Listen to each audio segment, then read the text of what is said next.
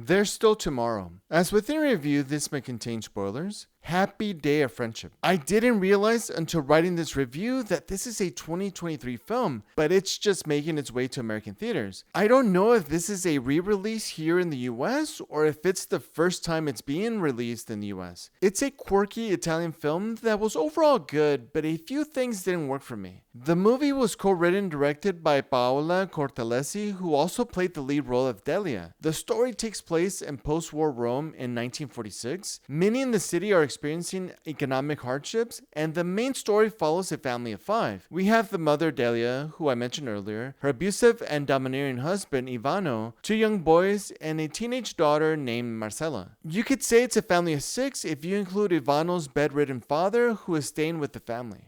Delia is not only a mother, but also has multiple jobs. Everything she earns from those jobs she has to hand over to Ivano. Unbeknownst to Ivano, Delia has been stashing away money to save for a wedding dress for Marcella, even though Ivano is adamant that she uses the same wedding dress that Delia wore. Marcella gets engaged, and the fiancé comes from one of the few well-off families in the city. Sometime after the engagement, Delia starts to focus on the interactions between the 2 teenagers and sees the same negative, domineering patterns that she has with Ivano. Throughout the movie, Marcella chastises her mother for putting up and staying with her father, but as often happens, she isn't able to see that the same is happening to her, or in this case, will happen to her. That part of the story was well done. I won't get into too many more details of the story, but they include a car mechanic named Nino, who has been in love with Delia for many years, and she befriends an African-American soldier named William. Many of the serious themes in the story were told in a comedic way. For instance, domestic abuse was shown with dancing and choreography. I didn't have an issue with it except for the fact that Delia never had a bruise on her face, even though when the abuse was shown, it was always directed to the face. In one scene, she had a small bruise on her lip, but that was the extent of the physical markings on her face. There were bruises to the arm and chest area, but her clothes covered that up. Some scenes worked better than others. One thing that I didn't like was the choice of music. The genres of music were all over the place. There was American rock, American rap, and some Italian songs. Since I don't speak Italian, I can't go off the lyrics, but the vibes of Italian music didn't fit the film. The ending felt off as well.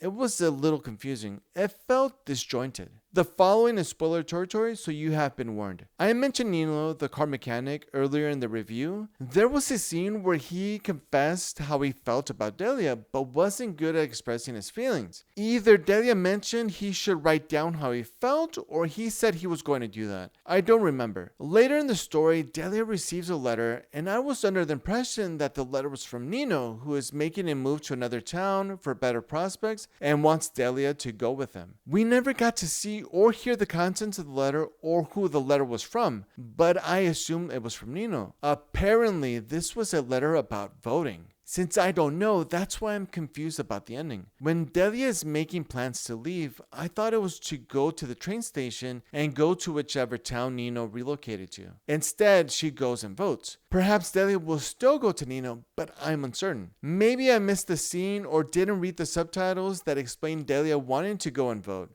I felt it was an odd way to end the film, and as I mentioned earlier, it felt disjointed. It kind of felt like the ending was done in order for the filmmakers to highlight stats on when women got the right to vote in Italy and how many showed up at the polls. I think there was one brief scene on this topic in the story, but it wasn't a major storyline. It would be one thing if this topic was a through line in the story, but it wasn't at all. The themes in the story were more of a commentary and a showcase of how women were viewed and treated in that time period. The film has a quirky vibe, and I do wonder if the movie would have leaned even more into the quirkiness if that would have benefited the story. Not sure, it all depends on the execution. One aspect of the story that stood out and rang true was how embarrassed Marcella was of her family. I don't mean that in a mean and hurtful way. I remember as a teenager myself how embarrassed I was of being dropped off at school by my father or someone coming over the house. In the film, Delia invites Marcella's boyfriend over to their house and asks him to bring his parents with him. Marcella, wide-eyed, is trying so hard to telepathically tell her mom to stop talking. Marcella tries to convince her mom that they should go over to the boyfriend's house, but Delia tells her that it's tradition for the boyfriend and his parents to come over to their house. Overall, the movie is good and it may be worth watching. If you stuck around this long, why not give the video a like, try it out, see if it works. Subscribe, check out my other videos, leave a comment, and let me know what you think of the film. See you in the next review.